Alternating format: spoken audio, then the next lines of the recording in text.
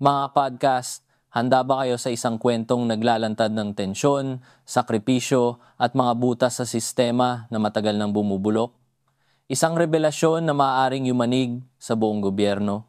Welcome sa Philippines Podcast, ang lugar kung saan tinitimbang natin ang mga isyu sa pamahalaan nang walang kinikilingan mas malalim, mas malinaw at mas matapang. Sa episode na ito, sisilipin natin ang di mauurong na pagbibitiw ni Rogelio Singson mula sa ICI at ang dalawang pangunahing dahilan sa likod ng kanyang desisyon. Una, binigyang diin niya ang lumalalang kondisyon ng kaniyang kalusugan dahil sa matagal na stress, edad na 77, at ang pangambang nagbabanta sa kaligtasan at pribadong buhay ng kaniyang pamilya. Ikalawa, kanyang ipinaliwanag ang mahahalagang teknikal na kontribusyon na nagawa niya mula sa paglalantad ng mga sistematikong kahinaan sa DPWH hanggang sa pagsusulong ng 5 Rs bilang pundasyon ng mabuting pamamahala at pagsugpo sa korupsyon. Ngunit higit pa rito, binatikos ni Singson ang kasalukuyang istruktura ng ICI na ani ay walang sapat na kapangyarihan at pondo, kaya napipilitang umasa sa mahahabang proseso at administratibong aksyon mula sa mahigit 20 ahensya. Dahil dito, nananawagan siya sa Kongreso na agad magpasa ng bagong batas upang lumikha ng isang mas makapangyarihang independent commission bago matapos ang taon. Bagamat magiging epektibo ang kanyang pagbibitiw sa Disyembre 15, nangako si Singson na mananatili siyang nagbibigay ng teknikal na suporta habang nasa transition ang ICI. Kung gusto ninyong manatiling updated sa mga usaping may direktang epekto sa transparency, governance, at laban kontra korupsyon, nandito kayo sa tamang channel. Huwag kalimutang i-like, i-subscribe, at i-ring ang notification bell para hindi ninyo ma-miss ang mga susunod na episode ng Philippines Podcast. Tara, simulan na natin ang masusing pagtalakay sa isyong ito. Minsan may mga balita na parang dumaan lang, pero pag sinilip mo ng mas maigi, may mas malaking kwento pala sa likod. At ganun yung naramdaman ko sa biglaang pag-resign ni dating Sekretaryo Rogelio Singson. Yung pag-alis niya sa isang mahalagang komisyon laban sa korupsyon. Maraming lumabas na haka-haka, di ba? Pero sa wakas, may pagkakataon tayong pakinggan mismo kung anong paliwanag niya. Hawak natin ngayon yung transcript ng press conference kung saan siya na mismo ang nagsalita. So yun ang mission natin, susubukan nating himayin ano ba talaga ang kwento sa likod nito. At alam mo, mahalagang gawin yan. Kasi hindi lang ito simpleng balita tungkol sa pag-resign ng basang opisyal. Para sa iyo na nakikinig, isa itong bihirang pagkakataon na makasilip sa loob ng makina, kumbaga. Para makita natin yung mga tunay na hamon sa paglaban sa korupsyon dito sa Pilipinas. Dito natin makikita yung mga bitak sa disenyo ng ating mga institusyon, yung kabagalan ng sistema, at higit sa lahat yung personal na sakripisyo, yung hindi natin madalas nakikita. Sige, simulan natin. Unang-una, nilinaw niya agad kung ano yung tingin niya sa papel niya dun sa komisyon. Sabi niya, bilang isang inhinyero at dating kalihim ng DPWH, ang dala niya sa lamesa ay yung kanyang technical expertise. In-emphasize niya, hindi raw siya abogado. Which is a very specific and I think very valuable perspective. Kasi madalas pag sinabing anti-corruption, ang naiisip natin agad, mga abogado, investigador, NBI, ombudsman. Pero siya, ang tingin niya sa corruption, parang isang structural problem. Parang sa isang building. Kailangan manghanapin kung nasaan yung mahinang pundasyon, saan yung may tagas. Diba? Hindi lang yung paghuli. Exactly. At naging napaka-espesifiko niya kung paano niya yan ginawa. Kinuwento niya na malaking bahagi ng trabaho niya ay literal na umupo kasama ang iba't ibang ahensya, DOJ, Ombudsman, AMLC, BIR, at ipaliwanag sa kanila yung buong proseso ng DPWH. Mula sa umpisa, sa project identification, hanggang sa dulo. Hanggang sa implementation, parang nagtuturo siya ng anatomy ng isang sistema. At ang tinuturo niya ay kung nasaan yung mga sakit. Yung mga loopholes, di ba? Yung mga butas kung saan pwedeng magsamantala. Ang halaga niyan, para sa mga ahensyang nag-iimbestiga, imbes na nangangapa sila sa dilim, meron na silang guide mula sa isang taong galing mismo sa loob. Parang may insider na nagsasabi, dito kayo tumungin, dito madalas yung kalokohan. Oo, Ginawa rin daw niya yan para sa bagong administrasyon ng DPWH. Umupo siya kasama yung bagong kalihim at yung team nito para ituro yung mga natutunan niya, para maipasa yung kaalaman kung paano isasara yung mga butas. At dito na papasok yung konsepto na lagi niyang daladala, yung tinatawag niyang 5 Rs. Oo. Yung 5 Rs, simpleng pakinggan pero ito yung pinaka-core ng philosophy niya sa public works. Yun nga, parang ang simple. Una, right project. Yung proyekto ba talaga yung kailaman? Pangalawa, right price. Hindi ba overpriced? Pangatlo, right quality. Maayos ba yung gawa? Pang-apat, right on time, natapos ba sa oras? At panglima, ginawa ba ng right people? Checklist lang siya, di ba? Pero parang eto mismo yung mga bagay na palaging sablay. Pero yun yung genius at yun din yung tragedy nga, no? Genius kasi it distills a very complex problem into 5 simple questions. Kung masagot mo ng oo lahat yan, halos garantisadong walang korupsyon. Pero yun din ang tragedy kasi alam natin na sa bawat isang R na yan, may katapat na political pressure, may kickback, may padrino system na sumisira dyan, yung right project nagiging political project, yung right price, padded price. At para masigurong nasusunod yan, may mga practical na hakbang silang ginawa noon na sinubukan niyang dalhin. Tulad ng pag-require na i-publish, ilabas sa publiko, yung Approved Budget for the Contract o ABC, para transparent. Isang simpleng hakbang pero ang laki ng epekto niyan. Kasi pag alam ng lahat, ng bidders at ng publiko, kung magkano yung budget, mas mahirap magkaroon ng sabwatan. Nawawala yung information advantage ng mga tiwali sa loob. Isa pa yung integrity pledge. Bago ka makasali sa bidding, kailangan mong pumirma. Isang pangako na hindi ka masasangkot sa anomalya. Kung wala ka niyan, out ka. So pag tiningnan mo lahat yan, yung pagtuturo ng loopholes, yung 5 Rs, yung public ABC, yung integrity pledge, yung diskarte niya, heavily focused on prevention. Ayusin yung sistema. Ang problema, dito na niya naramdaman yung pader. Dala niya lahat ng magagandang plano, pero unti-unti niyang na-realize na yung mismong institusyon, ang ICI, kulang sa kapangyarihan. Doon na lumabas yung frustration niya. Inisa-isa niya talaga.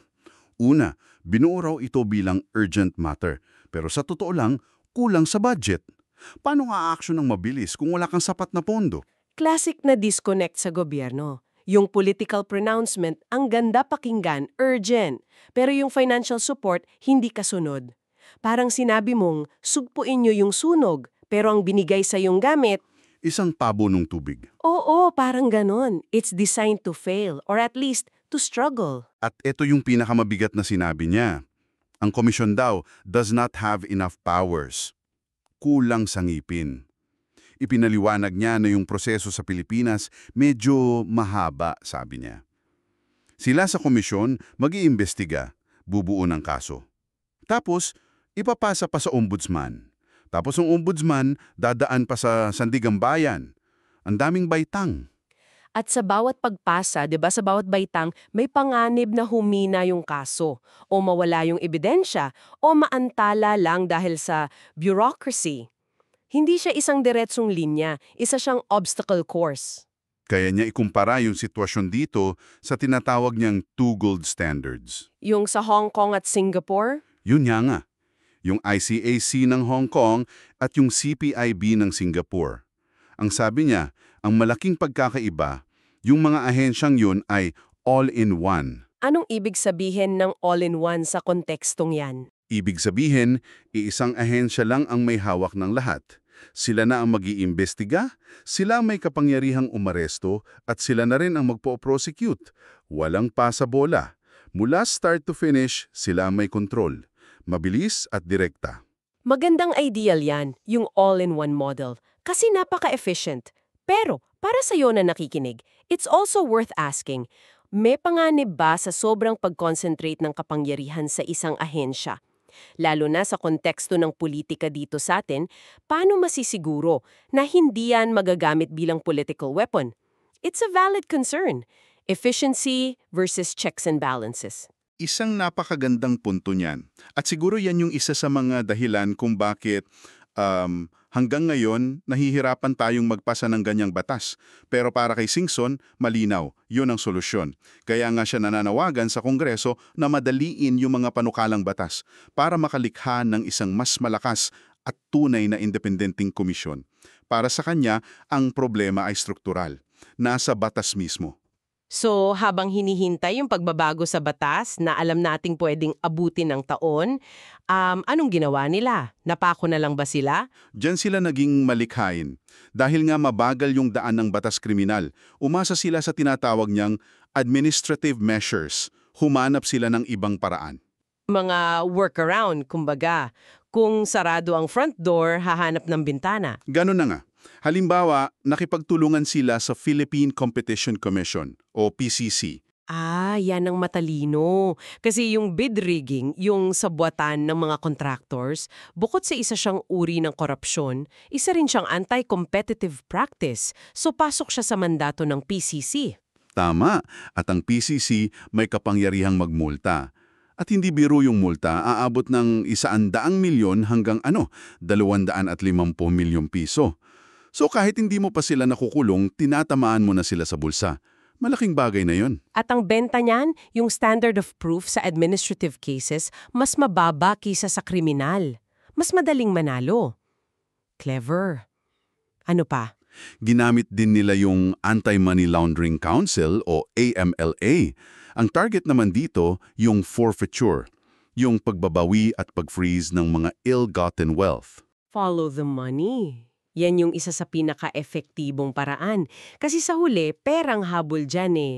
Kung kaya mong i-freeze yung mga bank account at kumpiskahin yung mga ari-arian kahit hindi pa tapos yung kaso, paralisado na sila. At pangatlo, nakipag-ugnayan sila sa BIR. Ang ginawa nila, ikinumpara nila yung idineklarang kita ng mga kumpanya sa totoong halaga ng mga kontratang nakuha nila.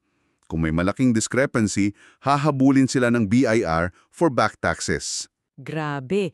So tingnan mo yung larawan na nabubuo, no? Para lang mapanagot ang isang grupo, kailangan nilang immobilize ang PCC, ang AMLA, at ang BIR. Halos 20 ahensya raw ang kailangan nilang i-coordinate. Nakakapagod isipin pa lang yung dami ng meetings at paperwork para dyan. Exactly. At yung salitang nakakapagod ay isang malaking understatement. Dito na tayo ngayon papasok sa ikalawa at mas personal na bahagi. Kasi habang pinapatunayan ng mga workarounds na to ang kanilang determinasyon, ipinapakita rin nito kung gaano kabigat at ka-stressful yung trabaho. At yung bigat na yun, may epekto sa tao. Hindi na lang ito tungkol sa sistema, tungkol na ito sa katawan. Oo, at dito, naging napaka-brutal na tapat na mga salita niya. Ang sabi niya, at direktang sipi ito, "My 77-year-old body cannot take it anymore." Inamin niya na pabalik-balik na siya sa ospital. Gabi. Sandali nating damihin yan, hindi yan statement ng isang opisyal na nagpapaliwanag ng pulisa. Yan yung sigaw ng isang katawan na umaayaw na. Yan yung presyo na hindi natin nababasa sa mga dyaryo. At dinitalya pa niya, sa unang pagkakataon daw sa buong buhay niya, sa edad na 77, nagsimula siyang uminom ng maintenance medication at hindi lang isa. Pang-maintenance para sa puso, sa high blood pressure, sa high cholesterol at sa mataas na creatinine. Ang sabi pa niya, everything is red flag in my body. Lahat daw ng resulta sa medical check-up niya may babala. Nakakalungkot isipin, yung stress ng paglaban sa isang sistema na parang pader, araw-araw, yan ang literal na epekto sa kalusugan ng isang tao. Hindi ito abstract na konsepto ng stress, ito yung katawan mo na unti-unting bumibigay dahil sa bigat. Akala natin tungkol lang sa pondo at batas, pero may katawang nasisira sa likod nito. At hindi lang katawan niya, naapektuhan din yung pamilya niya. Binanggit niya yung stress na naidulot nito sa kanila, kasama na yung pangangailangan para sa heavy security para lang masigurong ligtas sila. Tapos yung pagkawala ng privacy. Sabi niya, hindi na ako makagalawan ng hindi nare-recognize sa labas. Ito yung bigat ng serbisyo publiko na madalas nating nakakalimutan. Lahat tayo gusto nating may mga taong matatapang at may integridad na lalaban sa korupsyon. Pero madalas, hindi natin naiisip yung personal na bayad para sa taong nasa frontline at sa pamilya niya. Yung takot, yung pagod, yung pagkawala ng normal na buhay. Inamin pa niya na ang akala niya nung una, commission work lang yung pinasok niya. Yung tipong dadalo lang siya pag may mga hearing o meeting. Pero ang nangyari, naging araw-araw na trabaho mula umaga hanggang hapon. Trabahong puno ng stress at pag-aaral ng mga batas at kaso na hindi naman niya linya. So, yung engineer na gustong ayusin ang makina, napilitang maging mekaniko, abogado, pulis at accountant, lahat ng sabay-sabay sa loob ng isang katawan na 77 taong gulang na hindi talaga sustainable. Malinaw na hindi. Kaya para malagom ang lahat, ang pag-resign ni Rogelio Singson ay isang kwento na may dalawang mukha, pero iisa lang ang pinanggagalingan. Sa isang banda, nandoon yung institutional frustration, yung pakiramdam na may solusyon ka pero kulang sa kapangyarihan yung institution mo. Sa kabilang banda, nandoon yung personal na toll, yung epekto ng frustration na yon sa kanyang kalusugan, sa pamilya niya at sa buhay niya. Nag-domino effect, kumbaga. Yung problema sa sistema, naging problema sa kalusugan. At para maging malinaw lang sa lahat, sinabi niyang irrevocable ang kanyang resignation, epektibo sa Disyembre 15. Pero kahit ganon, nangako pa rin siya na mananatili siyang available para tumulong sa mga technical na usapin hanggang matapos yung taon. May malasakit pa rin. Kaya ano ang aral dito para sa iyo na nakikinig?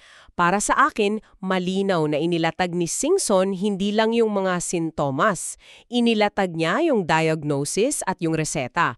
Ang diagnosis, mahina, kulang sa ngipin, at hindi sapat ang kasalukuyang istruktura.